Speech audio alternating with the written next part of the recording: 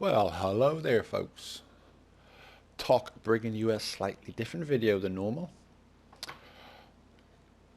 Contrary to historical relevance or historical whatever, I don't have that much to complain about in Destiny at the moment. So what am I going to talk about? Well, I figured I'd bring you my loadouts. I've actually been sitting around lately studying myself in PvP, trying to improve. And a lot of that's revolved around reviewing my loadouts, what I use, where and why. And I thought, what the hell? I've been watching a few of these YouTubers do like their exotics tier lists and stuff like that. And I thought I'd bring you guys a little loadouts video of what I like to use in PvP specifically here. This is nothing to do with PvE, guys. This is just about slaying other Guardians. Yeah, getting them shaxgasms, you know. So I thought I'd start out with my go-to quick play,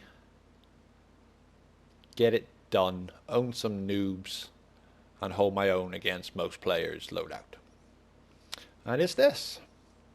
We'll start here because this is the only time you're going to see this in PvP at this time, and in case anybody's watching this in the future, we have just hit Season of Opulence, guys. We've got a few nerfs and buffs and everything's happened, so begin the Season of Opulence. If you can remember that period, that's what we're rocking.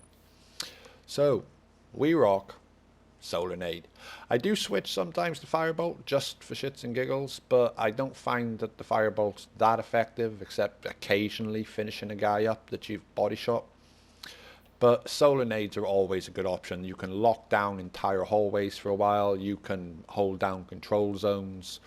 You can just throw him in a shotgun ape in Titan's face and keep backing up while he just burns. Yeah, they're great. And bottom tree, because it's just so fun. Making people blow up when you melee them. Tracking blades is nice, and also if you throw them on the ground in front of a blocking super, it's been a bit touchy at times, but that streak of deadly flames going forward will quite often go under the block and they will take damage. They will start panicking, they drop their block, and you can pop a blade on their head. Gotta love it. Yeah, extends its duration. Yeah, that's more PvE related. But this too is quite fun. A lot of people will try to juke you. You're coming across in the air with your blades popped. They go to slide under you and run back the way you've just come from. You hold that circle and you drop right down on their shade step in, little hunter's ass. Oh, it's a very rewarding feeling. Very rewarding. Burst glide. Enough said. There is no other jump worth considering as far as I'm concerned. And for me, it's always Healing Rift. No matter what, it's always Healing Rift. I do have a couple of derpy loadouts that involve empowering rifts, but hey. Okay. We're on to the supremacy. Yeah, the snapshot with targeting adjuster and the kill clip. Best sniper in my loadout. I feel most comfortable with it. Not just because I probably use it the most, but yeah. When I upgraded to this one from my original one, it was a world of difference and my game stepped right up. I am enjoying my Revoker a lot lately. I've just got it, of course. So, of course, I'm using it a lot. But I'm talking about my favorite loadouts at this time, and this is my favorite. We're coupling that with the Luna's Howl, guys. I don't care if it's comp or quick play. Luna just goes so bloody well with snipers. Even after the nerf, it suits my play style. End of. If you're a Luna or a Not Forgotten hater or whatever, sorry about your luck. And then my favorite power. I had a bit of trouble picking this, to be honest. But as far as quick play goes, I'm going to say it's my original Year 1 play of the game. There it is, all masterwork doublet. I haven't used it that often, as you can see, with 739 kills in about 2 years now. But if I had to pick a favorite, it's that one. I do like running swords a lot. So there's Black Talon just for the troll, or plain old Eternity's Edge just for fun. And in quick play, it is so fun to let's take those supers out. Take the tractor cannon, camp that power, and take everybody out of their super. So that's the weaponry. Bearing in mind I like sniping, so we are focusing on that here. I'm very fortunate I've got a fair bit of enhanced stuff as far as targeting and reserves. That coupling with 2 scavenger perks, sniper rifle loader, enhanced unflinching sniper aim, sniper dexterity, and there's my second scavenger perk.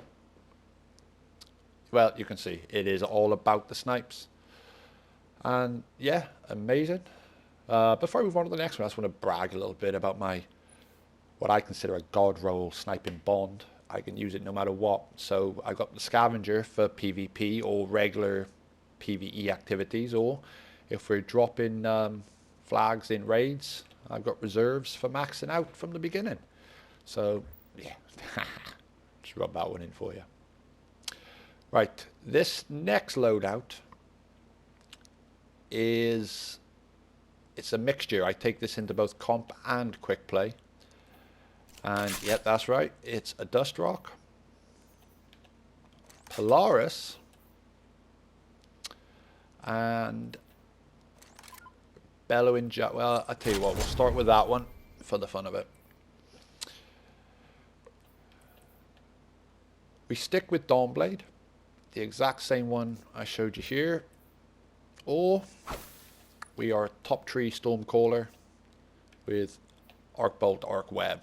At this moment in time, with the meta like it is, if you're running Stormcaller in PvP, anything other than this, you're trying to make a niche play for yourself, guys. This is the strong thing, especially considering I play a lot of comp. I have my scout rifle targeting. We always go with that one at this time. We're lucky enough that I have enhanced unflinching scout rifle as well. And we pick up a bit of shotgun scavenger. So, this loadout works well on longer range. Well, it works well on all maps, to be honest, guys, because you can run this bugger like a hand cannon if you really want to. So, we're shotgunned. Ain't no shame in that game, guys. And with my shotgun, I've got a lovely little roll here, I think. It's not perfect, but slide shot gives me what I need, coupled with the mobility from transversive steps. Even though my actual mobility here is low, yeah, it's all good. But also I have a lot auto loading holster with reload perk on the boots and an enhanced shotgun loader, which means I've always got shotgun. As long as I'm picking up ammo, I'm always ready to go. If just running around the map picking up ammo between the auto loading holster, or if I'm running into an engagement, the boots, I've got the reload. If I'm in an engagement, I've shot all my ammo off and I'm having to reload while somebody's trying to sneak around a corner on me, I can use my enhanced shotgun loader, get that one in the chamber and hope that's enough to finish him in the head as he tries to finish me.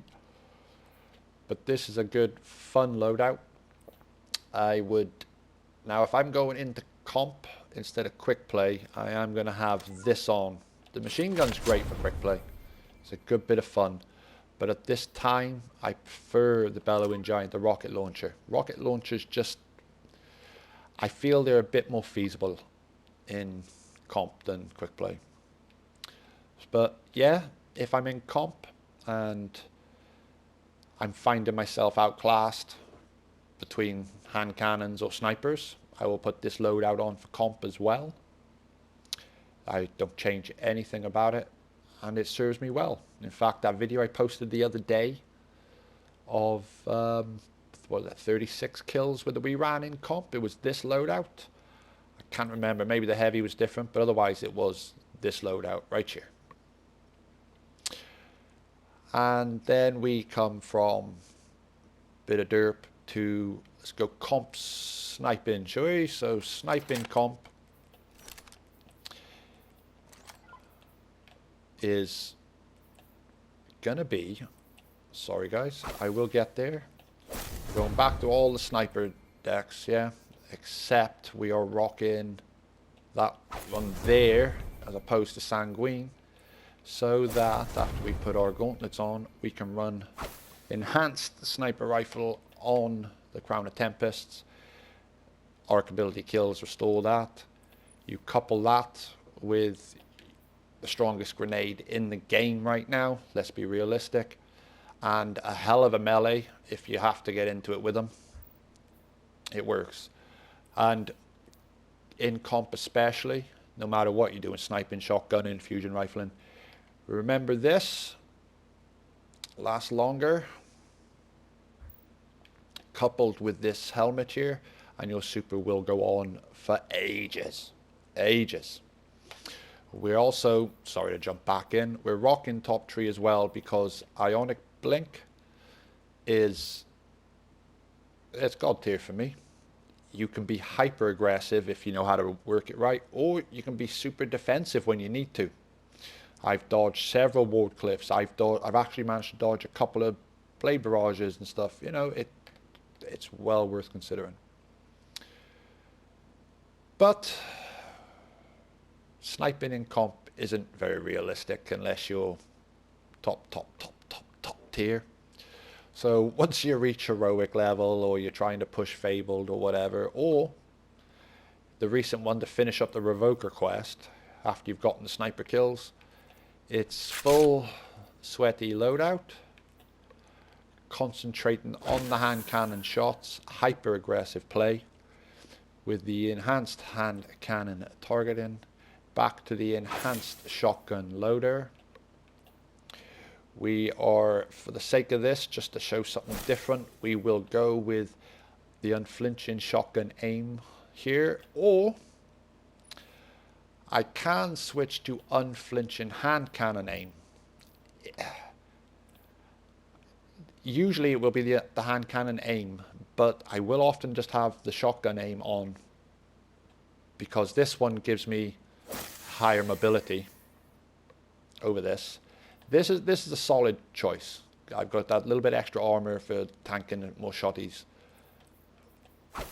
with this. Sorry, I'm waffling again. Yeah, but never underestimate when you're shotgunning the mobility. Yeah, so you couple a 6 mobility with transversive steps, your shotgun play, it's on point. Might be worth noting, I run on a 4 for most everything. I can and do sometimes switch up to a 6 or a 5 if I'm a bit tired when I'm shotgunning specifically. But when I'm sniping, I'm on a 4. And if I'm sniping late at night or getting tired, you know, I will actually drop down to a 3. But I keep it in this range. I know a lot of people say that's quite a rate. Those 4 spots is a lot to jump. But if you do it right, I hear of people playing on 10 and 9 and all. I've tried playing on 10. I feel like I'm going to have a seizure after about 10 seconds of playing on that. I can't keep up with the screen, let alone land a reticle on somebody's head to kill them. So, I think I have just about covered it all. So for comp, we're talking Wardcliff. There's no reason to. One little caveat to that is if I'm running with somebody like El Crow, who also rocks Wardcliff in comp. Crow, I know, is somebody who is spec'd out to make the most of his Wardcliff. So unless I feel I might have to pick it up, in that case, I will often go with Delirium or Bellowing Giant. I will use Delirium in this case because sometimes I'm literally just picking up a block and I just want to get rid of it. I'm not going to use it. I'm not going to be able to make a kill on this team. They're too skilled. So I will burn it up. Or Bellowing Giant will do it. But if I've got Crow with me, I've got the sword on. And I will use it to peek edges because I have no intention of touching the power at all in many instances. So, yes, your loadout can be dictated by what your teammates are running. But that's it. That is my sweatiest of sweaty loadouts. And that's really about it. So, if you've managed to watch this far, guys, thank you very much. I didn't make much of a fuss about mobility and resilience and recovery and all that. I usually try to hover around a 3 or 4 resilience. 4 preferably, but 3 is fine. You can go lower, depending on how brave you are. Mobility, I would favor mobility over anything else, including recovery. But as long as I'm somewhere in this region, or that region especially, that's a great one there. Anything like that works fine for both quick play and comp. But it really just depends on your personal preference. If you plan on being nippy in and out, max your mobility. If you're really good with your shotgun plays and your map, you know, your radar and room awareness in a crowd of people, you probably want to be going 9-10 mobility and just running and killing everybody. But if you're somebody that needs to stand around tanking, or like using auto rifles and pulse rifles, you need to be able to tank a little more, because, you know, weapons where you've got to be able to stand and deliver for a second or two, you need a bit more resilience. Other than that, that's really about all I can say on those 3 stats, guys. I did mention a lot of enhanced gear. We'll say, if you don't have enhanced, it's fine. While it does add noticeably to it, it's not noticeable enough to affect your gameplay. That's one thing to understand. It isn't going to significantly affect you in any way. You will notice a difference over a sniper rifle targeting than having, say, a light reactor perk on, you know, if you're sniping. But spec out in your way to whatever weapon it is you choose to run. And main, you've got to think when you're setting up your perks. And one thing I didn't touch, I'll get to now. But when you're setting up your perks, you've got to think about how you're going to do it. You know, if I'm concentrating on the sniping, then I need to focus in on sniper perks. If I'm focusing in on hyper aggressive play, then that's going to be hand cannon range and below. So I spec out for hand cannons and shotguns. And I did say earlier about how I spec out for super mods in quick play and everything else. When I go hyper aggressive, I actually spec out more in favor of ordnance mod. I thought, whatever. But I try to get the grenade up a bit more, because you lead with the arc bolt grenade. If you don't kill them, you weaken them. Everything helps. And that's really rambled and waffled off. So with that, I'll say thanks for watching. I hope you enjoyed it. If you did, let me know, and I might do another one of these for PvE or a different class or something even. Not that I play other classes. Warlock Master Race. And on that bombshell, bye-bye.